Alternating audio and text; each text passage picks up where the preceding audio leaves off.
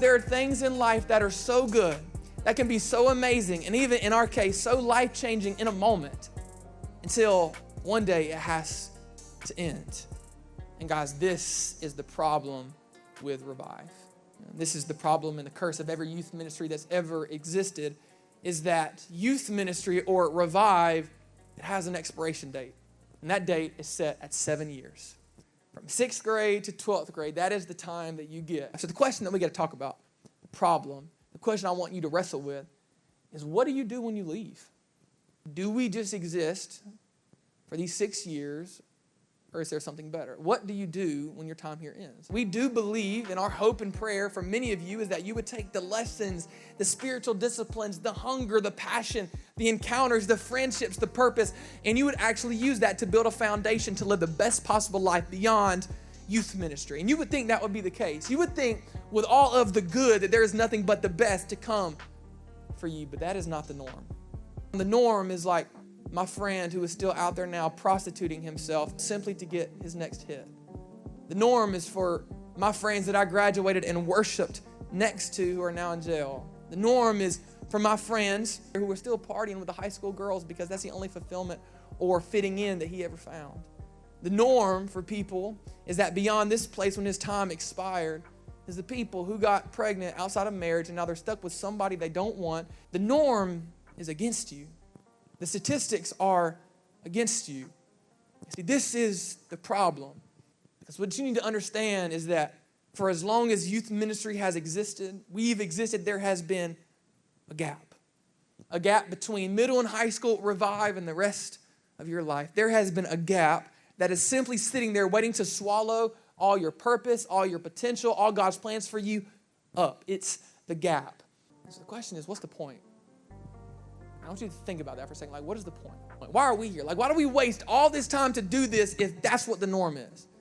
Like, if that's what the statistics say, if that's what is said about you, that's what's going to happen to you, who cares if you encounter God now? Because where is he at?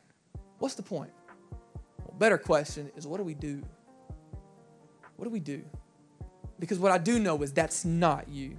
What I do know is that's not the norm in the kingdom of heaven. What I do know is by nature of a gap, what we need is not another solution. We need a bridge to cross it. So for us, what is the bridge to cross the gap? The gap that's always existed, that will always exist. And what is the bridge that can take us to the awesome right now, to the best years of our life later? Well, guys, the bridge, and it's the local church. And the church, it's a place where grace and love is everywhere.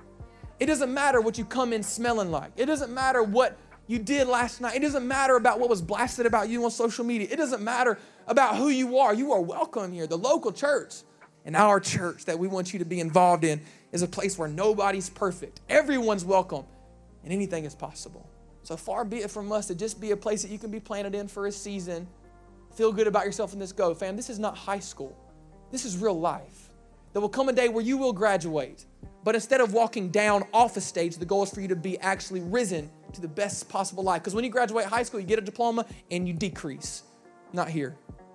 The goal is that our ceiling would become your floor and you would increase when you leave here. So from this day forth, we will no longer be known as Revive Student Ministries. We will no longer be known and thought about as a separate entity, as our own self, just to be a place where you can come, feel good about yourself, and leave. But we will from this day forth be known as Grace City Youth. We will be known as the youth of Grace City. This is our mandate, to not simply be a place where we can exist for a season to feel good only to decrease later, but to be a place where we are the youth. And this is where it gets fun. Because we want people to know about you that you are a part of the youth.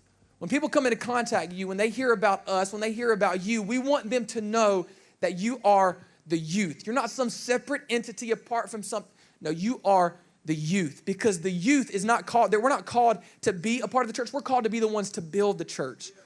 The church, this space, a place where hurting, broken people can come. It would not be here if it was not for the youth. When God saw the world that it was in the condition, the brokenness, the deception, the fake news. When God saw that, what he did, he sent his son. And do you know what Jesus Christ, the first thing he did was? He got a youth group. He was a youth pastor of a youth group. He sent out the 72. He had crowds, but he had 12 core interns. He had these people, these 12 ragtag, crazy people who were thieves, who were promiscuous. They were so crazy, but they spent time with Jesus. And you can't spend time with Jesus without looking like him after a while.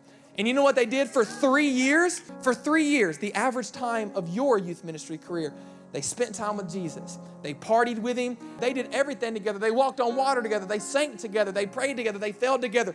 They did everything together, and then their time had to expire. Their youth pastor, Jesus Christ, had to leave. So what do? Jesus said, it's better for me to leave.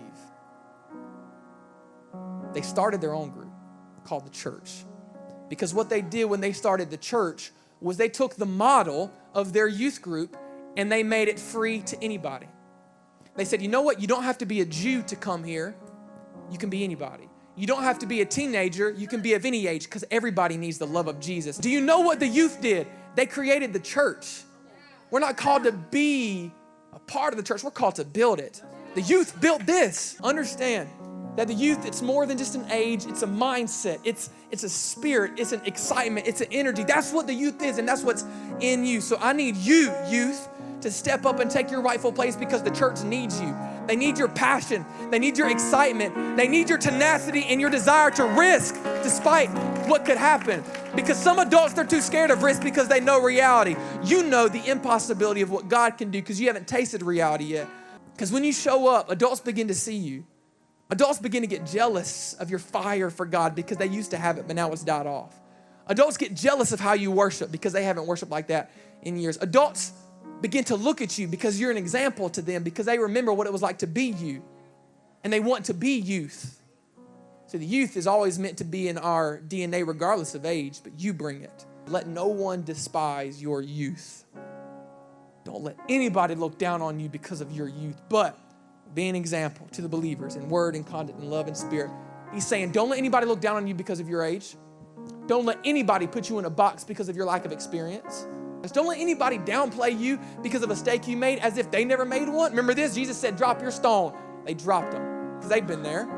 Don't let anybody confine you to the level of the life they wish they could have lived, but they failed. But be an example. Be the youth.